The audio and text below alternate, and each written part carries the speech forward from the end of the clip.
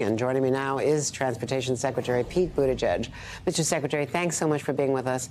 First of all, any hint of what the root cause was of this outage? Well, now that the system is up and running, our primary focus is to determine that root cause, and I've directed FAA to figure out exactly how this happened, the timeline piece by piece about what was known overnight going into last night and then coming out of it. And most importantly, as you might imagine, a critical system like this has a lot of redundancy built into it with backups. So we need to understand why, with all of that redundancy, it still rose to the level that there had to be a ground stop lasting about an hour and a half and the kind of delays that we saw. Now, importantly, this is not the air traffic control system that lets aircraft know where other aircraft are and prevents direct collisions in that way. That system is not the one we're talking about, but we still consider this to be a vital safety system because this is the one that moves messages that pilots need on anything from a taxiway or a runway being out to an issue with a navigation beacon to maybe an upcoming military or space operation in a certain sector, which is why we were not comfortable with flights taking off until it was clear that that system was back fully restored and working properly this morning, leading to that ground stop that was lifted around 9 a.m. today. Mr. Secretary, we've seen, though, domestic attacks on other aspects of our critical infrastructure, the power substations, of course. Are we absolutely positive this was not the result of any nefarious activity, either domestic or foreign?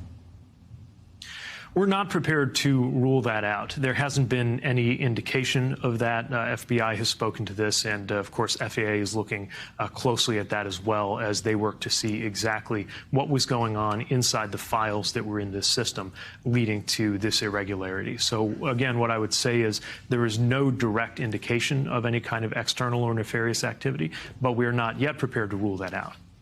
How old is this software? Was it being updated? How long will it take to get it back up and running?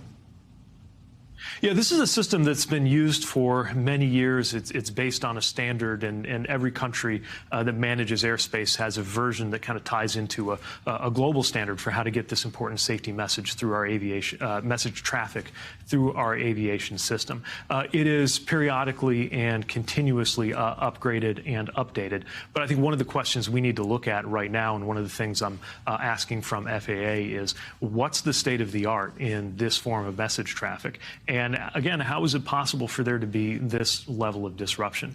I think it's an especially timely moment for us to be taking this up. First of all, of course, to understand just the immediate aftermath, the lessons that are learned from that, but also because we're going into a period where Congress will be looking at a periodic reauthorization of FAA legislation that typically sets what the next 5 years are going to be like for the agency. It is the right time for us to be stepping back and saying, in terms of resources, funding, staff, authorities, systems, is everything set up for what we know is going to be a period of continued change and continued rising demand and pressure as our national aviation system evolves? Now, as you know very well, better than anyone, the airlines, travelers, everyone has been so disrupted by the holiday disruptions, also by what happened in Florida separately. So is there any connection to that? And what do you say to travelers and to the industry about the nightmarish delays? And here's another problem that's cropped up. So the connection is that for all of these different reasons, air travelers have been through a lot, from the effects of the winter storm to the airline issues that we saw over the summer. There have been a lot of improvements that we have been able to secure on aviation consumer protection and customer rights, but we see an issue like today, which represents yet another disruption that is frustrating for travelers.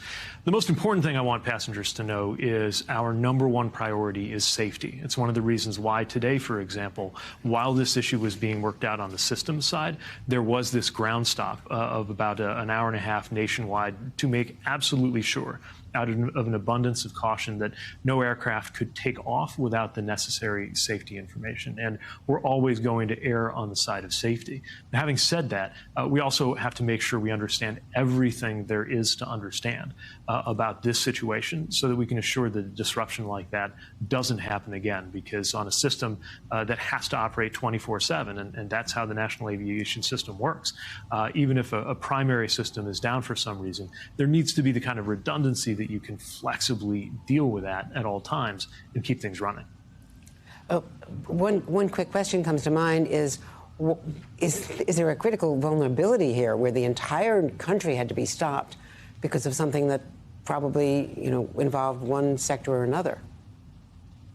Well, again, part of what you're seeing here is an abundance of caution and making absolutely certain that operations were safe. But this is one of the reasons why we need to get these answers and have this review of exactly what happened, because we need to understand whether this reflects a systemic issue and what would be required so that there's no single point of failure here. Again, there need to be redundancies and layers of protection here.